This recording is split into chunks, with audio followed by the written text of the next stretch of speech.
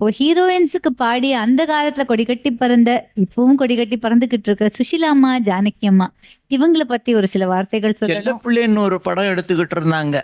AVM ஸ்டுடியோவில் இருந்து செல்லப்பிள்ளைன்னு ஒரு படம், அது தங்கவேலு சாருக்காக பாட போனாங்க. அப்பதான் சுஷீலா அம்மாவை சந்திச்சேன். அவங்க யாரோடையும் பேச மாட்டாங்க, ரொம்ப அமைதியா இருப்பாங்க. ரொம்ப பெரியவங்கன்னா ரொம்ப மரியாதையோட இருப்பாங்க. என்னிடம் ரொம்ப மரியாதை வச்சுக்கிட்டு இருந்தாங்க.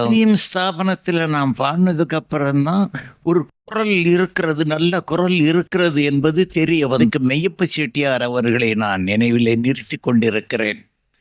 அவர்தான் எனக்கு வாழ்க்கைக்கு வந்து வழி அமைக்கும். மியூசிக் டைரக்டர் சுதர்சன் மாஸ்டர்னு சொல்லுவோம். டிஎம்எஸ் ஸ்டுடியோ கூப்பிட்டு வந்திருக்காரு.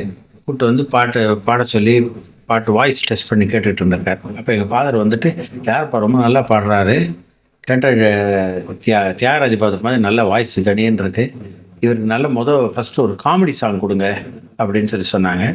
அது செல்லப்பிள்ளைன்ற படத்தில் குல்லா போடணும், நல்லா குல்லா போடணும்னு ஒரு பாட்டு. அந்த பாட்டு தான் அவர் எங்களுக்காக பாடினது. அதை தொடர்ந்து எங்களுக்கு நிறைய படங்களை பாடியிருக்காரு. இவர் வந்து எம்ஜிஆருக்கும் சிவாஜிக்கும் பாடியிருக்காரு. அன்பேவாவில் புதிய வானம் அப்படின்ற பாட்டை பாடும்போது அதில் எக்கோ எஃபெக்ட் அவர் பாடும்போது திருப்பி வைப்ரேஷன் ஆகணும். அப்போ வந்து இந்த மாதிரி ஃபெசிலிட்டிஸ் எல்லாம் இல்லாத காலம். அந்த மாதிரி பாட போகும்போது இவருக்கு இந்த எக்கோ எஃபெக்ட்லாம் கொடுக்கறதுக்கு ஃபெசிலிட்டிஸ் இல்லாதனால அவரே மைக்குக்கு முன்னாடி போய் பின்னாடி போய் அந்த பாடினார் அந்த பாட்டை. ஸோ அது ஒரு வித்தியாசமாக பாட்டு அந்த பாட்டு அமைஞ்சது. அந்த படத்தில் ஒரு ஹைலைட்டாக இருந்தது. அவருடைய 25வது வருஷத்துக்கு ஏவிஎம் ராஜேஸ்வரி கல்யாண மண்டபத்தில் ஃபாதர் வந்து ஒரு பெரிய விழா ஏற்பாடு. எங்கள் ஃபாதருக்கு ரொம்ப பிடித்த பாடகர் அப்படின்னு சொன்னால் அது டிஎம்எஸ். அவர் அதுவும் பர்டிகுலராக அந்த முருகன் மேலே அவர் பாடுற பாட்டெல்லாம் ரொம்ப பிடிக்கும் இருக்கு. இவர் மாதிரி இன்ஸ்பிரேஷன் வந்தவங்க நிறைய பேர் இருக்கலாம். இருந்தாலும் இன்னைக்கும் டிஎம்எஸ் ஜானகி அம்மா பத்தி ஒரு 2 ஜானகி அம்மா அவனுடைய குரல் ஆம்பளைக்கும் பொருந்தும், பெண்ணுக்கும் பொருந்தும். அப்பேற்பட்ட ஒரு குரல் அவங்களுக்கு. ஒரு கச்சேரி சுஷீலா அம்மாவும் ஜானகி அம்மா சேர்ந்து 2 பேரும் பாடும்போது டியூட் சாங்கில் வந்து என்ன மாதிரி ஜானகி பாடி சுஷீலாவும் அவங்க குரல்ல பாடினாங்களாம். அப்போ பயங்கரமான கிளாப்ஸ் எல்லாம் வந்து இந்த குரலை மாத்துற பக்குவம் ஜானகிக்கும் உண்டு. உங்களுக்கு பிடித்த பாடல் என்ன? எங்களுக்கு ரொம்ப பிடிச்ச பாடல்கள் நிறைய இருக்கு. எனக்கு எல்லா பாடலும் பிடிக்குமா. நான் பெற்ற செல்வம்னு ஒரு படம் வந்தது. அந்த படத்துல வந்து ஒரு கச்சேரிக்கு மதுரையில போய் பாடிட்டு இருக்கும்போது புதுசா படம் ரிலீஸ் ஆயிருக்கு, நல்ல ஃபெமிலியர் ஆயிடுச்சு. அப்படி பாடும்போது பாட்டு ஆரம்பிச்சு 2-3 பாட்டை பாடி முடிச்ச உடனே நான் பெற்ற செல்வம்னு கத்த ஆரம்பிச்சுட்டாங்க ஜனங்கள். அப்புறம் அதே மாதிரி அவங்க சொன்னாங்கன்னுட்டு பாடி விட்டேன். நான் பெற்ற செல்வம் நான் பெற்ற செல்வம் நலமான செல்வம் தேன்மொழி பேசும் சிங்கார செல்வம்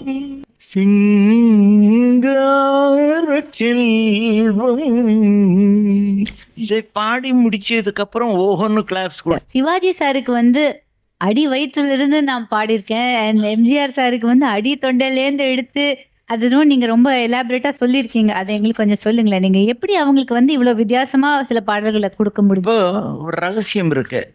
சிவாஜி பேசும்போது எங்க இருந்து பேசுறாரு, அவருடைய நாபி கமலத்திலிருந்து வருது அந்த சத்தம். இப்போ ஜெய்சங்கர், நாகேஷ் இவங்கெல்லாம் பேசும்போது இந்த ஹிருதயத்திலிருந்து வருகிறது. ஒரு எம்ஜிஆர் இந்த கண்டம், மூக்கு, இதுல வாய், இந்த இதுக்குள்ளே தான் வரும். இப்போ நம்ம பாடுறதுல வந்து அதை மூர்ச்சனையில் நீ யோக நிலை எனக்கு தெரிஞ்சதுனால மூர்ச்சனையே அங்கே மூச்சுகளை கொண்டாந்து நிறுத்த முடியும் என்னார். இப்போ சிவாஜிக்கு இந்த மூலாதாரத்துக்கு போயிடுது. போனால் போகட்டும் போடா, இந்த பூமியில் நிலையாய் வாழ்ந்தவர் யாரடா, போனால் போகட்டும் போடா, இந்த மாதிரி சத்தத்துல வரும். இப்ப ஹிருதயத்துக்கு கொண்டாந்துடுறோம். என்னண்ணே சௌக்கியமா இருக்கீங்களா, எப்போ வந்தீங்கண்ணே, உங்களை பார்த்து ரொம்ப நாள் ஆச்சுண்ணே. நாகேஷ் உங்களுக்கு எல்லாம் மெட்ராஸ், நல்ல மெட்ராஸ் அப்படின்னு அந்த மாதிரி ஒரு குரலை கொடுக்கறது. இப்போ எம்ஜிஆர்கிட்ட போயிடும், என்னைய நீ வண்டல் தோட்டத்துக்கு வந்து பேசினா என்ன, இப்படிதான் வரும், மூக்குல தான் வரும் அது. அதுக்காக அவருக்கு பாடுறதுக்கு நான் ஆணையிட்டான் அது நடந்து விட்டான், இங்கு ஏழைகள் வேதனை பட மாட்டான், உயிர் உள்ளவரை ஒரு துன்பம் இல்லை, அவர் கண்ணீர் கடலிலே விழமாட்டார், அவர் கண்ணீர் கடலிலே விழமாட்டார். அது எப்படி அந்த ஃபுல் பாட்டை அப்படியே மூக்குல பிடிச்சு உங்களால அது அது அதான் சொன்னேன், யோக நிலையில மூச்சு அங்க கொண்டு போயிடுறேன். கவிஞர்கள், கவியரசர்கள், பாடலாசிரியர் அப்படின்ற அந்த பட்டியல்ல நீங்க நிறைய பேருடைய அழகான பாடல்களை பாடியிருக்கீங்க. சரி. அப்படி அமைஞ்ச ஒரு கூட்டணின்னா நீங்க வந்து ஒரு இசை அமைப்பாளர், ஒரு பாடலாசிரியர்னா அப்படி யாரை சொல்லுவீங்க? இசையமைப்பாளர்கள்ல ஆரம்பத்திலிருந்து ஒரு ஆண்மை குரலோட பாடணும்ங்கிற ஒரு பக்குவத்துக்கு கொண்டாந்தது திருவாளர் ஜி ராமநாதன் அவர்கள். அவர் தான் வந்து அழுத்தம் நிறுத்தமா என்ன பாட வச்சவர். ஏன் தொங்கி பாடுற அப்படின்னு சொல்லுவேன், ஆணித்தனமா பாடணும்.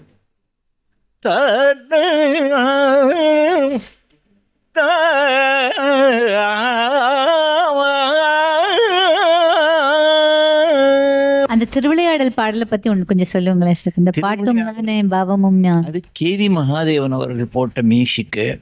ஒரு கௌரிமனோர் ராகத்துல என்னென்ன எசன்ஸ் இருக்கோ அதெல்லாம் பிழிஞ்சு கொடுத்துட்டார் அந்த பாட்டு. ஆஹா. பாட்டும் நானே பாவமும் நானே,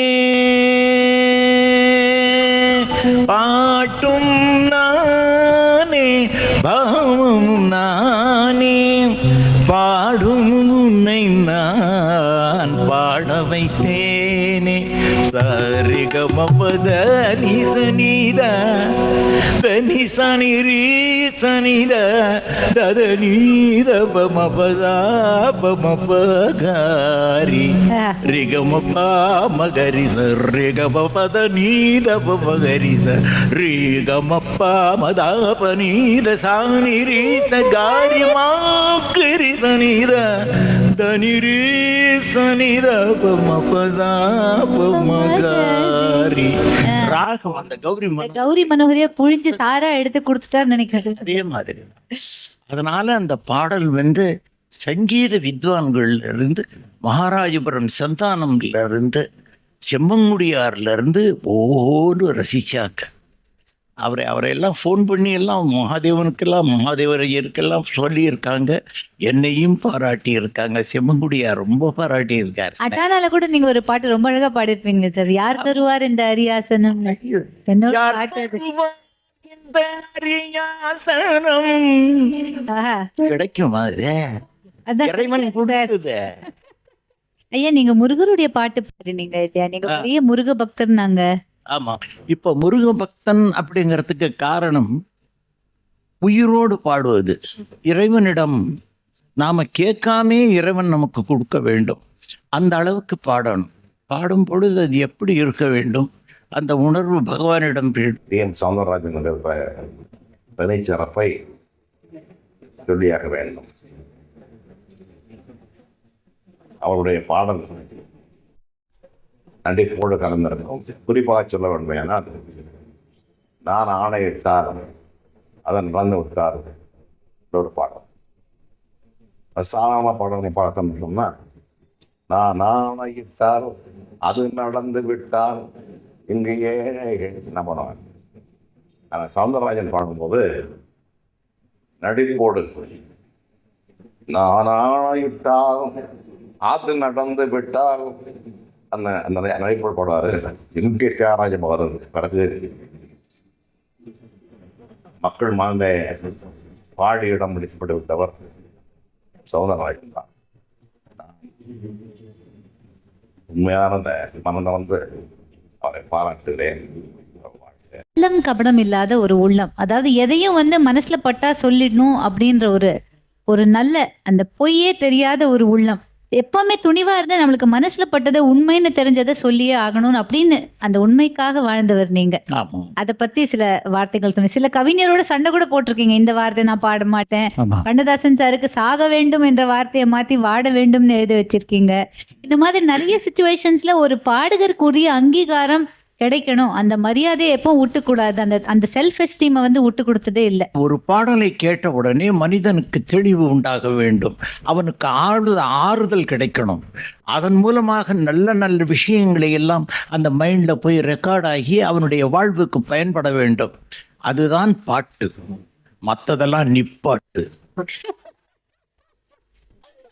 எதற்காக சொல்றேன்னா, இது வந்து நான் ஒரு பாடகன் இந்த வார்த்தையை சொல்றேன்னா, நான் அமிர்தமே சாப்பிட்டு வளர்ந்தவன். பாடல்களில் பாவத்தில் கொஞ்சம் குறைஞ்சிருச்சுன்னா அந்த கருத்தெல்லாம் சேர்த்து போயிடும். முழுமை கிடைக்கணும், மெச்சூர்டு வாய்ஸ் அப்படின்னு சொல்லணும். அதே மாதிரி இந்த பாடல்ல எழுதியவர் வாலி, எம்ஜிஆர் வாய் அசைக்கிறார். உள்ள என்ன கருத்து இருக்குங்கிறத இந்த குரல் சொல்லுகிறது. அதை இப்பொழுது உங்களுக்கு நான் பாடி காமிக்கிறேன். கண் போன போக்கிலே கால் போகலாமா, கால் போன போக்கிலே மனம் போகலாமா, கண் போன போக்கிலே கால் போகலாமா, கால் போன போக்கிலே மனம் போகலாமா, மனம் போன போக்கிலே மனிதன் போகலாமா, மனம் போன போக்கிலே மனிதன் போகலாமா, மனிதன் போன பாதையை மறந்து போகலாமா, கண் போன போக்கிலே கால் போகலாமா, கால் போன போக்கிலே மனம் போகலாமா. நீ பார்த்த பார்வைகள் கனவோடு போகும், நீ சொன்ன வார்த்தைகள் காற்றோடு போகும். நீ பார்த்த பார்வைகள் கனவோடு போகும், நீ சொன்ன வார்த்தைகள் காற்றோடு போகும். ஊர் பார்த்த உண்மைகள் உனக்காக வாழும், ஊர் பார்த்த உண்மைகள் உனக்காக வாழும். உணராமல் போர்க்கு உதவாமல் போகும், உணராமல் போர்க்கு உதவாமல் போகும். கண் போன போக்கிலே கால் போகலாமா, கால் போன போக்கிலே மனம் போகலாமா. ஞான சில பேருக்கு புது நாகரீகம், புரியாத பல பேருக்கு இது நாகரீகம். பொய்யான சில பேருக்கு புது நாகரீகம், புரியாத பல பேருக்கு இது நாகரீகம். முறையாக வாழ்வோர்க்கு எது நாகரீகம், முறையாக வாழ்வோர்க்கு எது நாகரீகம்.